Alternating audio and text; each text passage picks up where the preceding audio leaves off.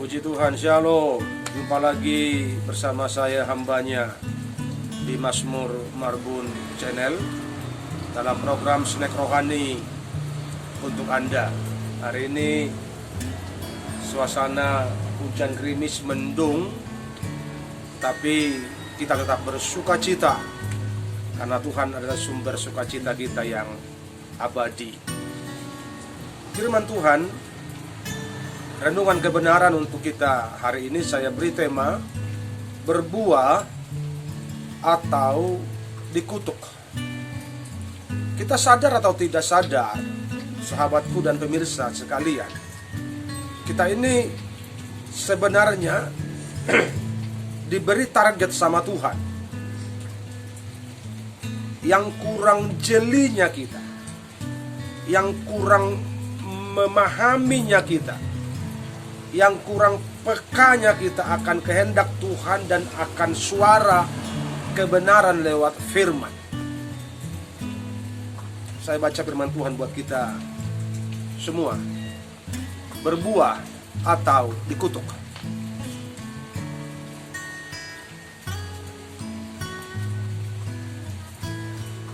Matius pasal 21 ayat 18 mulai.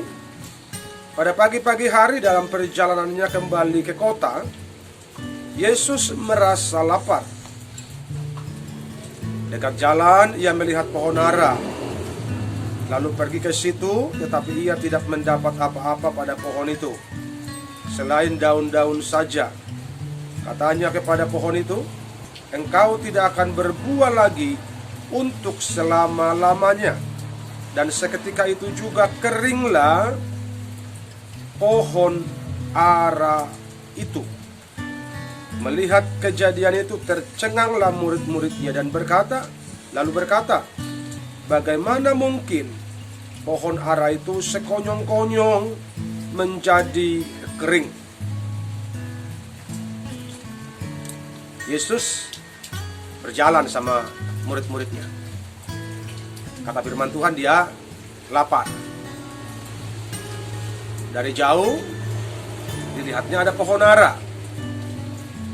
Pohon ini gambaran kehidupan orang percaya, gambaran diri orang percaya yang daunnya banyak, penampilannya bagus, gayanya oke, apalagi kalau mau kebaktian, mau ke gereja, dia buat dengan style yang terbaik.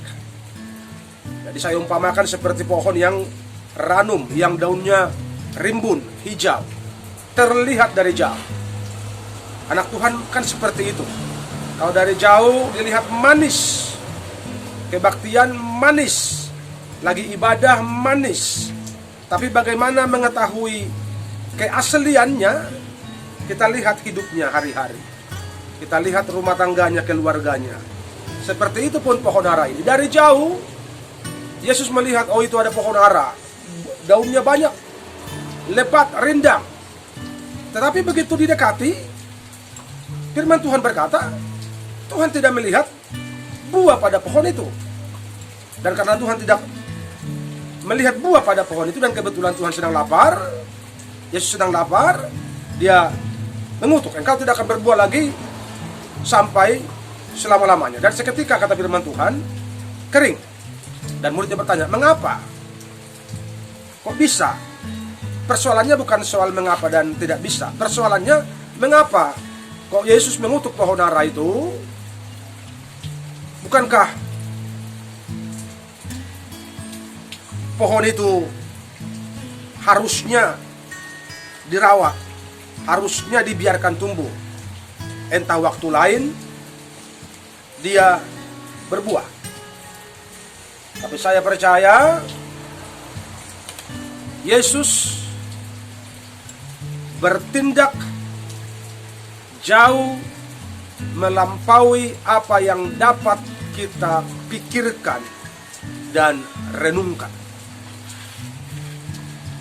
Kalau bicara soal mengapa Tuhan mengutuk pohon ara itu, di dalam Markus pasalnya yang ke-11, sebelum kita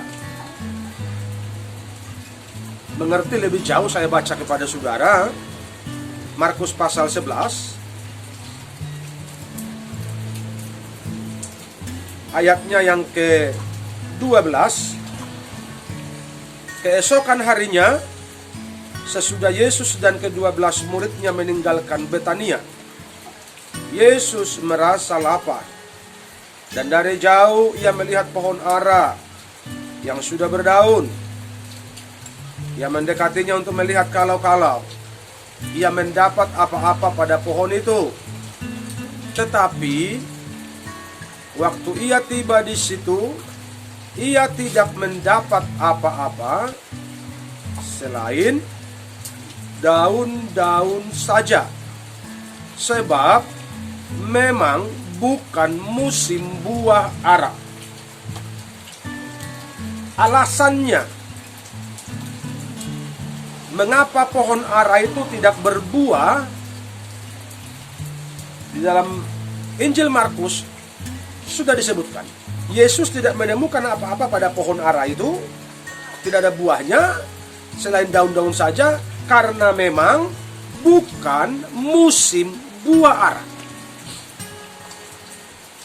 Logikanya kan, kalau tidak musim tentu tidak ada buah. Dan kalau kita tebang pohon, misalnya pohon mangga, kita tebang pada bukan musimnya karena dia tidak berbuah, mungkin orang akan berpikir negatif sama kita. Itu orang mengharapkan buah pada pohon mangganya, sementara bukan pada musimnya. Jangan-jangan orang itu ada sesuatu, kan begitu kalau nalar manusia. Tapi Tuhan punya alasan sendiri. Tuhan punya tujuan sendiri. Tuhan punya kehendak sendiri. Mengapa pohon itu dikutuk? Padahal Injil Markus sudah bilang dia tidak berbuah karena memang bukan musimnya. Jadi saya mau ceritakan kepada saudara bahwa pohon ara itu, sebelum dia berbuah yang sesungguhnya, dia akan didahului dengan buah-buah kecil. Buah-buah kecil itu namanya putik-putik kecil. Putik-putik kecil itu ada pada pohon itu, menandakan bahwa pohon itu akan segera berbuah yang sebenarnya.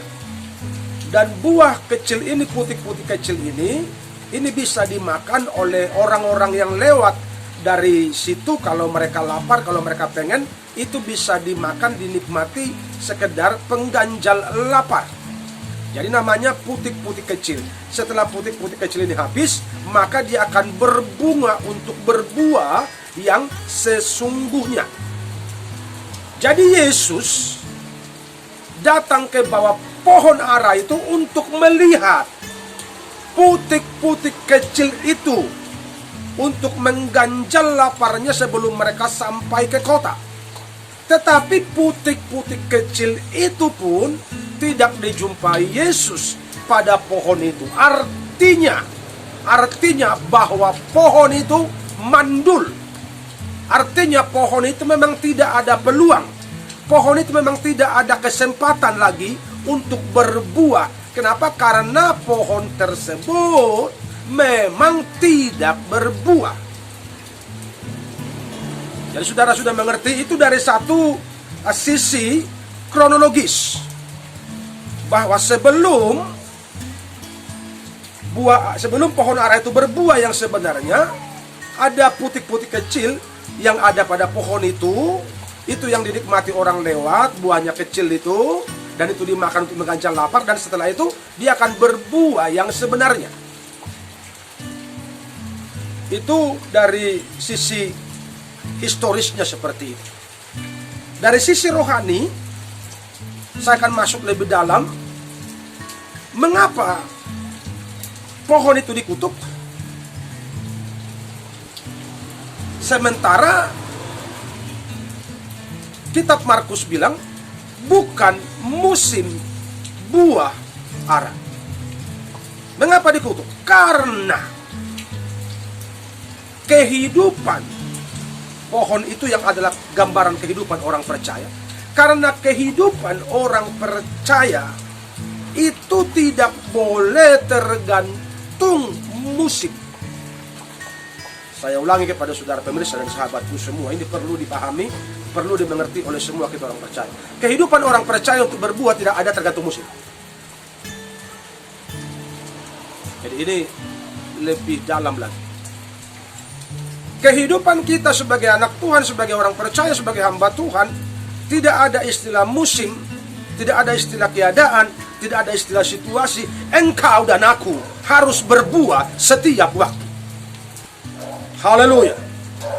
Itu yang dikehendaki Bapa, dikehendaki Yesus dari pribadiku, dari pribadimu, dari pribadi semua orang percaya di kolong langit ini, bahwa kita harus terus menghasilkan buah setiap hari untuk kemuliaan bagi nama Tuhan. Tidak boleh ada musim, tidak boleh tergantung musim, tidak boleh tergantung keadaan, tidak boleh tergantung kondisi apapun. Dalam situasi dan keadaan segala macam, kita dikehendaki oleh Tuhan harus terus berbuah. Dan ketika Tuhan datang melihat, dia menemukan buah, minimal ada putik-putik, buah-buah kecil, karena kita masih berproses. Kita masih berproses ini. Minimal ada putik-putik, ada buah-buah kecil yang Tuhan temukan dari kehidupan kita sebagai anak Tuhan, sebagai orang percaya. Tapi kalau sampai tidak ada buah, artinya kita mandul secara rohani. Kita tidak bergerak secara rohani, kita tidak mengalami progresif yang baik secara rohani, maka kita akan terkutuk di hadapan Tuhan dan tidak ada guna sama sekali. Karena hanya orang-orang yang berbuah, yang ada fungsi, yang ada guna dalam pandangan Tuhan. Jadi saudara, kebenaran ini akan membantu mencelikkan mata rohani kita hari ini, bahwa kenapa pohon ara itu dikutuk. Secara historis memang karena putik-putiknya pun tidak ada, artinya tidak ada kemauan, tidak ada jalan, tidak ada peluang untuk pohon ara itu berbuah, makanya Tuhan mengutuk. Yang kedua, mengapa dikutuk? Karena Tuhan menghendaki gereja Tuhan, anak Tuhan harus berbuah di dalam segala keadaan.